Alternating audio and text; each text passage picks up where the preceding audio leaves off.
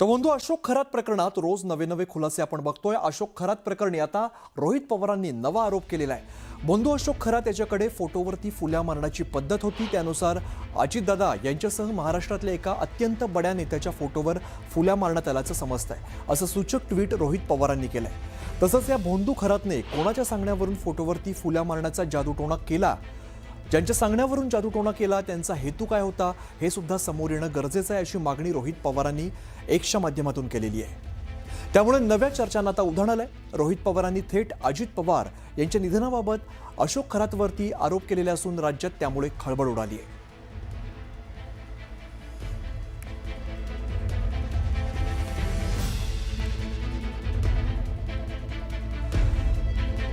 तर आपण बघतोय रोहित पवार यांनी एक पोस्ट केलेली आहे। बंधू खरातने कोणाच्या सांगण्यावरून फोटोवरती फुल्या मारण्याचा जादूटोणा केला असा सवाल त्यांनी त्यात उपस्थित केला। दरम्यान ज्यांच्या सांगण्यावरून जादूटोणा केला त्यांचा हेतू काय होता हा सुद्धा त्यांनी प्रश्न विचारलाय। हे समजणं गरजेचं असं ते म्हणतायत। तर डॉक्टर नरेंद्र दाभोळकरांच्या महाराष्ट्रात कर्तृत्वापेक्षा आणि जनतेच्या कामांपेक्षा असल्या बंधुगिरीवरती विश्वास ठेवला जात असेल तर पुढच्या पिढीला काय संदेश जाणार हा सुद्धा प्रश्न रोहित पवारांनी एक्सच्या या पोस्टमध्ये विचारलेला आहे। हे प्रकरण जेवढं भयावह आहे तेवढंच महाराष्ट्राच्या भविष्याला घातक आहे असं ते म्हणतायत। त्यामुळे भोंदूबाबाच्या माध्यमातून जादूटोणा करणाऱ्या अंधभक्तांचे खरे चेहरे समोर यायला हवेत, अशी मागणी सुद्धा रोहित पवारांनी केली आहे।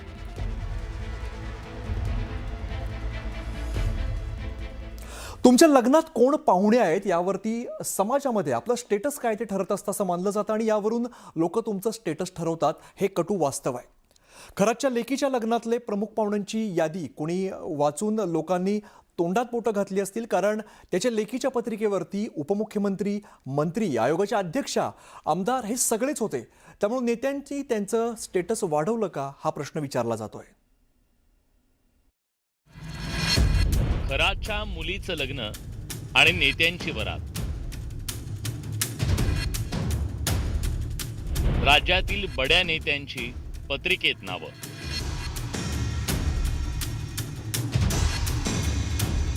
राजकीय आश्रयामुळे खरातचं फावलं,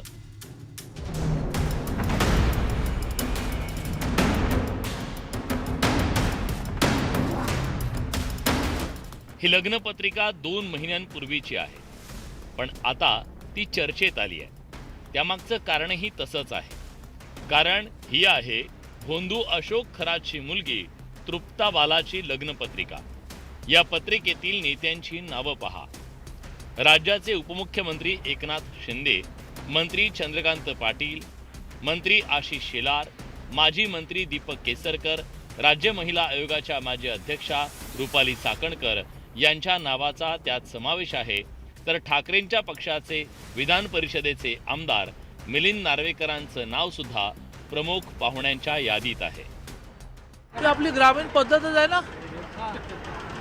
तुझ्या घरच्या लग्नाला तू माझं नाव टाक आणि टाकणारच तुम्हाला विचार, तर त्याच्यामध्ये येणार की नाही येणार, विचारलं की नाही विचारलं, याच्यापेक्षा एक प्रतिष्ठा असते की इतक्या सगळ्या जणांनी निमंत्रण दिलं। त्यामुळे आत्ताच कळलं मला की माझं नाव पत्रिकेवर। अशोक खरातच्या मुलीच्या लग्नाचे प्रमुख पाहुणे म्हणून सर्वपक्षीय नेत्यांचा उल्लेख आहे। आता याच उल्लेखावरून राजकारण तापलंय। खरातला एका सुरात संघट म्हणजे खरातला एका सुरात समर्थन देण्यासाठी ते गेले होते की तुम्ही पाप करा, पुण्य करा, आम्ही तुमच्या सोबत आहोत, बिनधास्त राहा। शेवट काय, तुम्ही जर सापडलात तर पुरावे नष्ट करण्यासाठी तुमचा एफिस्टिंट करू, हे या लोकांना माहीत होतं आणि म्हणूनच ते सगळे सहभागी झाले होते। या सगळ्या सहभाग्यांची यापूर्वी पण मी बोललेलो आहे, जेवढे प्रशासनातील अधिकारी आहेत, जेवढे राजकीय लोक आहेत, जे कोणी गेले आहेत, त्या सगळ्यावर गुन्हे दाखल व्हायला पाहिजेत। त्या बंधुगिरीला समर्थन देण्यासाठी गेलेले आहे। चाकणकर त्या लग्न पत्रिकेवर आहेत। ह्या सगळ्या लोकांनी, कारण ग्लोरी जी वाढत गेली खरातची, ती ग्लोरी वाढवण्याला हे सगळे लोक कारणीभूत आहेत।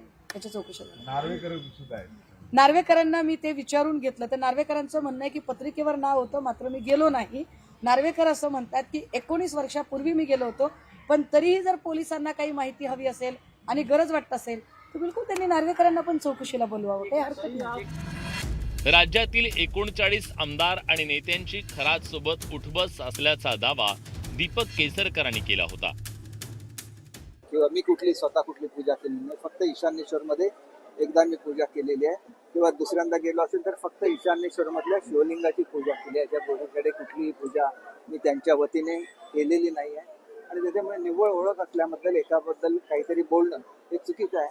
आणि एवढी लोक भेटून गेली, जवळजवळ 39 आमदार भेटून गेले, माझंच नाव का हा प्रश्न आहे. पण 40 ते 45 राजकीय नेते अशोक खराच्या नियमित संपर्कात असल्याची सूत्रांची माहिती आहे. कोणताही राजकीय निर्णय घेण्यापूर्वी हे राजकीय नेते भोंदू अशोक खराचा सल्ला घेत असल्याची माहिती आहे.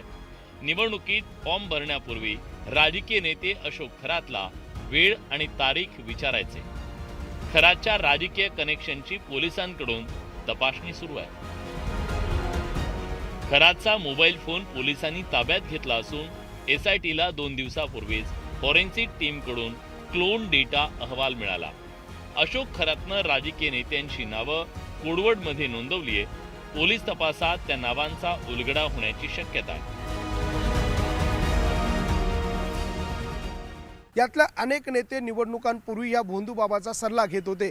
कोणत्या दिवशी उमेदवारी अर्ज भरायचा, कोणत्या दिवशी निवडणुकीचा प्रचारासाठी सभा घ्यायचा आणि कोणत्या दिवशी कोणते कपडे घालायचे इथपासून तर कोणत्या नेत्याला कधी या सभांसाठी बोलवायचं इथपर्यंतचा संपर्क हा भोंदूबाबा अशोक खराचा या नेत्यांबरोबर होता. अशा प्रकारची माहिती या क्लोन रिपोर्टमधून आता समोर येताना पाहायला मिळते.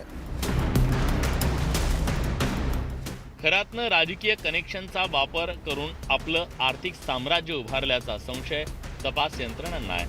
खराची पोलीस कोठडीची मुदत बुधवारी संपणार आहे. आता खराच्या मोबाईल फोनमधून काय माहिती समोर येते याची उत्सुकता आहे.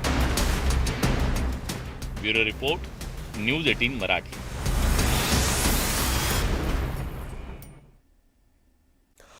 ठाण्यामध्ये president cup India 2026 tennis cricket स्पर्धेचा भव्य शुभारंभ सोहळा पार पडला. अभिनेता सलमान खानच्या उपस्थितीमध्ये पार पडलेल्या शुभारंभ सोहळ्यात उपमुख्यमंत्री एकनाथ शिंदेंनी तुफान फटकेबाजी केली. सलमान खानचं कौतुक करताना शिंदेंनी पुन्हा ठाकरेंना डिवचलं. मी देखील 2022 मध्ये मोठी विकेट घेतली असं म्हणत ठाकरेंवर अप्रत्यक्षरित्या त्यांनी निशाणा साधला.